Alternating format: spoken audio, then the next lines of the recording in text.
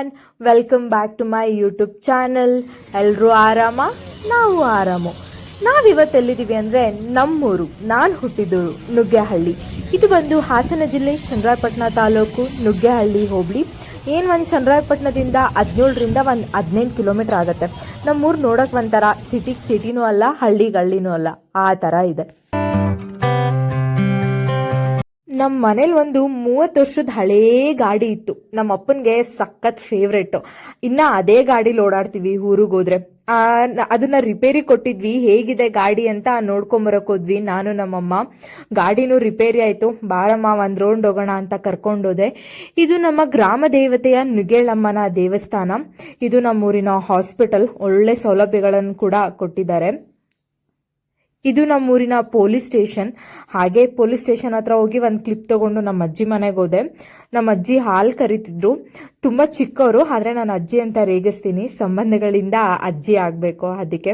ಹಾಗೆ ಅಜ್ಜಿನ ಮಾತಾಡಿಸ್ಕೊಂಡು ನಮ್ಮ ಚಿಕ್ಕಪ್ಪನ ಮನೆಗೆ ಹೋದೆ.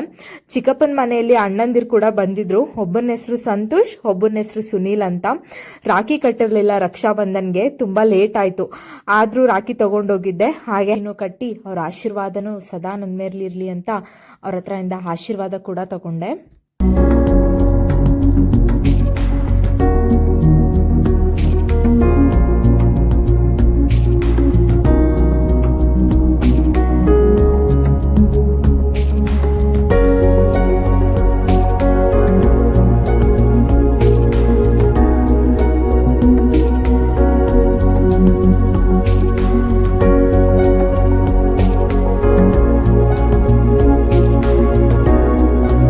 ನಾನು ನಮ್ಮಣ್ಣ ಹಸುಗೆ ಹುಲ್ಲಾಕೋಣ ಅಂದ್ಬಿಟ್ಟು ಆಚೆ ಬಂದ್ವಿ. ಹಸುಗೆ ಹುಲ್ಲು ಹಾಕಿದ್ವಿ. ಅವತ್ತಿನ ರಾತ್ರಿ ಅಲ್ಲೇ ಉಳ್ಕೊಂಡ್ವಿ.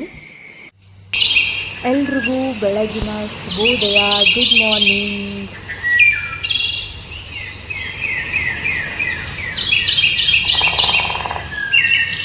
ಏನಿದು, ಒಂದು ಬೆಳಗ್ಗೆ 6ರಿಂದ 6:30 ಇರ್ಬೋದು. ಎಷ್ಟು ಚೆನ್ನಾಗಿತ್ತು ಗೊತ್ತಾ, ಒಳ್ಳೆ ಗಾಳಿ. ನಾವು ಆಫೀಸಿಂದ ಮನೆಗೆ ಬರೋಕ್ಕೆ 2 ಅವರ್ ಆಗುತ್ತೆ, ಅದು ಆ ಟ್ರಾಫಿಕಲ್ಲಿ. ನನಗಂತೂ ಬೆಂಗಳೂರಿಗಿಂತ ಹಳ್ಳಿನೇ ಇಷ್ಟಪ್ಪ. ಇದು ನಮ್ಮ ಚಿಕ್ಕಪ್ಪನ ಮನೆ. ಸೊ ಇದು ಚಿಕ್ಕಪ್ಪನ ಮನೆ ಎಲ್ಲ ನೋಡಿದ್ವಿ. ನಮ್ಮಣ್ಣ ಹಾಲು ಕರಿಯೋಣ ಅಂತ ಬಂದ. ಅವರು ಮಿಷಿನ್ ಕೂಡ ಯೂಸ್ ಮಾಡ್ತಾರೆ, ಕೆಲವೊಂದು ಸಲ ಕೈಯಲ್ಲಿ ಕೂಡ ಕರೀತಾರೆ. ಈ ಮಿಷಿನ್ನಿಂದ ಏನು ಪ್ರಾಬ್ಲಮ್ ಆಗಲ್ವಾ ಹಸುಗೆ ಅಂತ ನಾನು ಕೇಳಿದೆ. ಅವರು ಏನೂ ಆಗಲ್ಲ, ನಾವು ತುಂಬ ವರ್ಷದಿಂದ ಯೂಸ್ ಮಾಡ್ತಾ ಇದ್ದೀವಿ ಅಂತ ಕೂಡ ಹೇಳಿದ್ರು. ನಮ್ಮ ಚಿಕ್ಕಪ್ಪನೂ ಎದ್ರು ಹಸುನೆಲ್ಲ ಆಚೆ ಕಟ್ಟಾಕಕ್ಕೆ ಕರ್ಕೊಂಬರ್ತಿದ್ರು. 2 ಎತ್ತು ಇದೆ. ನಮ್ಮ 2ನೇ ಅಣ್ಣಂಗಂತೂ ಎತ್ತು ಅಂದರೆ ಸಖತ್ ಇಷ್ಟ. ನಾನು ಒಂದು ಕ್ಲಿಪ್ ತಗೊಂಡೆ.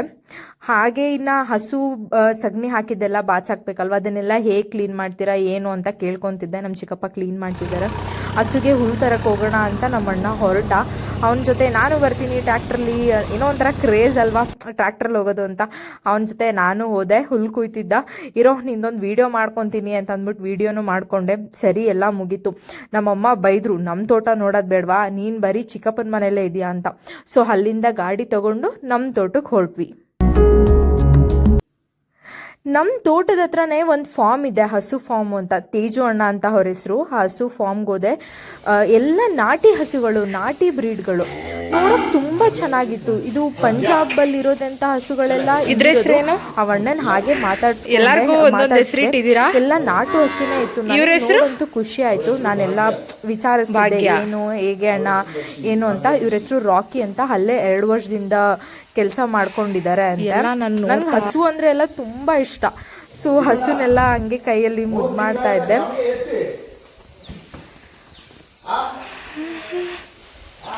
ಇವರು ಅಲ್ಲೇ 2 ವರ್ಷ ಕೆಲಸ ಮಾಡ್ತಾ ಇದಾರೆ. ಚೋಟು ಅಂತ ಕರೀತಿದ್ರು. ನಾನು ಚೋಟು ಅಂತ ಕರೆದು 2 ನಿಮಿಷ ಮಾಡ್ಕೊಂಡ್ಬಿಟ್ಟೆ. ಕನ್ನಡ ಸೀಕೋನಾ.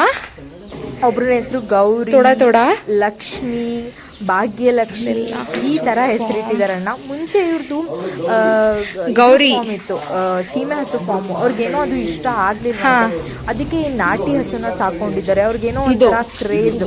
ನನಗೂ ತುಂಬಾ ಇಷ್ಟ. ಇವಾಗ ಇಲ್ಲೇ ಇದ್ದೀರಾ, ಮುಂಚೆ ಇರ್ಲಿಲ್ಲ ಅಲ್ವಾ? ಕೂಡ ಆಯ್ತು. ಇದೆಲ್ಲ ನಾಟಿ ಹಸುಗಳು. ಕ್ಯೂಟ್ ಆಗಿದೆ. ಕರು ಹಾಕಿದಂತೆ ನೋಡಕ್ಕೆ ಪುಟ್ಪುಟಾಣಿ ಚೆನ್ನಾಗಿತ್ತು. ಸೊ ಅದ್ರ ಜೊತೆ ಒಂದು ಕ್ಲಿಪ್ ತಗೊಂಡೆ.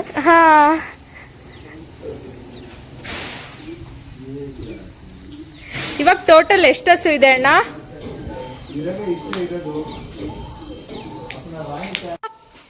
ಇವರೇ ತೇಜು ಅಣ್ಣ ಅಂತ ಆ ಫಾರ್ಮ್ನ ಲೈಕ್ ಅಲ್ಲಿರೋರು. ನಾನು ಒಂದು ಫೋಟೋ ಓಡಿಸ್ಕೊಂಡೆ, ನನಗೂ ತುಂಬ ಇಷ್ಟ ಆಯ್ತು. ಕಡೆ ಅವನ ಹೆಸರು ವೀರ ಅಂತ. ಅಣ್ಣ ನಂದು ಒಂದು ವಿಡಿಯೋ ಮಾಡಿ ಅಂತ. ಈ ತಳಿಗಳೆಲ್ಲ ಅಮೃತ್ ಮಹಲ್ ಓರಿ.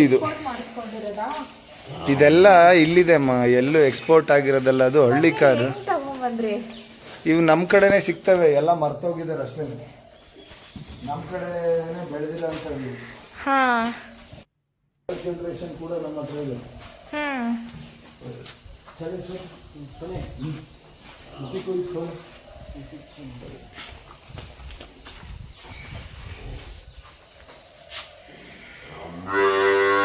ನಮ್ಮ ಜಮೀನ್ ತೋಟ ಬೇರೆ ಏನೇನೆಲ್ಲ ಬೆಳೆ ಹಾಕಿದೀವಿ, ಅದಕ್ಕೆ ನಮ್ಗೆ ಮೇಯ್ನು ಗೊಬ್ಬರ ಬೇಕು. ನಾವು ಇವತ್ತಿನ ಗೊಬ್ಬರ ಉಪಯೋಗಿಸಲ್ಲ, ಮೇಯ್ತೀವಿ.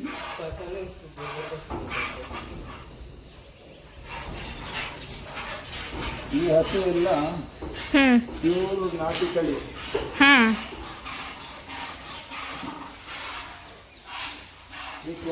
ಈ ಸ್ಟಾಲ್ ಫುಲ್ಲು ಮನೆಗೆ ಇಟ್ಕೋತೀರಾ? ಮಕ್ಕಳುಗಳಿಗೆ ಕೊಡ್ತೀವಿ, ನಮ್ಮ ಅಂತಂದಿಗೆ ಕೊಡ್ತೀವಿ, ಮಕ್ಕಳುಗಳಿಗೆ. ಅವ್ರು ಎಷ್ಟು ವರ್ಷದಿಂದ ಇದ್ದಾರೆ? ಅವನು 2 ವರ್ಷದಿಂದ ಇದ್ದಾನೆ, ರಮೇಶ್ ಅಂತ.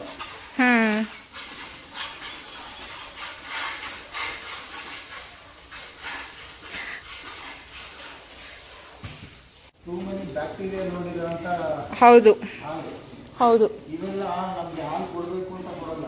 ಹೌದು, ಹಾಲು ಕದ್ದಿ ಕರ್ಕೊಂಡು ಕುಡಿತೀವಿ ಅಷ್ಟೇ, ಅದ್ರ ಮಗು ಕುಡಿಸುತ್ತಾರೆ ಅಷ್ಟೇ.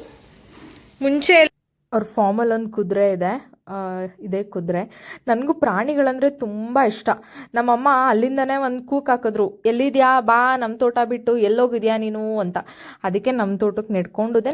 ಏನು ಒಂದು ಪಕ್ಕದ ತೋಟನೇ ಅವ್ರದ್ದು, ನಮ್ಮದು ಇದೇ ನಮ್ಮ ತೋಟ. ನೋಡ್ಬೋದು, ಇನ್ನು ಕಾಯಿ ಕೀಳಿಸಿಲ್ಲ, ಕಾಯಿ ಕೀಳಿಸ್ಬೇಕು ಇವತ್ತು. ಸೊ ಈ ಥರ ಇದೆ ನಮ್ಮ ತೋಟ. ಈಗ ನಾವು ತುಂಬ ವರ್ಷ ಅಂದರೆ ಒಂದು 6-7 ತಿಂಗಳಾಗಿತ್ತು ನಾವು ಊರಿಗೆ ಹೋಗಿ. ಕಾಯಿ ಯಾವ್ದ್ಯಾವ್ದು ಬಿದ್ದಿರುತ್ತೆ ಎಲ್ಲ ಹೋಗಿ ಒಂದು ರೌಂಡ್ ನೋಡ್ಕೊಂಬರ್ಬೇಕಲ್ವಾ. ಇವ್ರು ನಮ್ಮಮ್ಮ ಕಾಯಿ ಬಿದ್ದಿರೋದನ್ನೆಲ್ಲ ಎತ್ಕೊಂಬರಕ್ಕೆ ಹೋಗಿದ್ದಾರೆ. ಅಲ್ಲಿ ಯಾವುದು ಟ್ಯಾಕ್ಟ್ರು ಕೂಡ ಹೋಗಲ್ಲ ನಮ್ಮ ತೋಟಕ್ಕೆ, ನಾವೇ ಎಲ್ಲ ಹಾಕಬೇಕು. ಸೊ ನಮ್ಮಮ್ಮ ಹೇಳಿದ್ರು, ಅದೇನು ಹುಳ್ಳಿಕಾಳು ಹಾಕಿಸ್ಬೇಕು, ಅದನ್ನು ಹೋಗಿ ತೊಗೊಂಬಾ, ಗೊಬ್ಬರ ಹಾಕಬೇಕು ಅಂದ್ಬಿಟ್ಟು. ಅದಕ್ಕೆ ಮತ್ತೆ ನಮ್ಮೂರು ನುಗ್ಗೆಹಳ್ಳಿಗೆ ಹೋಗಿ, ಏನು 1 ಕಿಲೋಮೀಟ್ರ್ ಆಗುತ್ತೆ ನಮ್ಮ ತೋಟಕ್ಕೂ ಅಲ್ಲಿಗೆ ಹೋಗಿ ಗೊಬ್ಬರ ಮತ್ತು ಹುಳ್ಳಿಕಾಳು ಎರಡನ್ನೂ ತೊಗೊಂಡು ಬಂದೆ.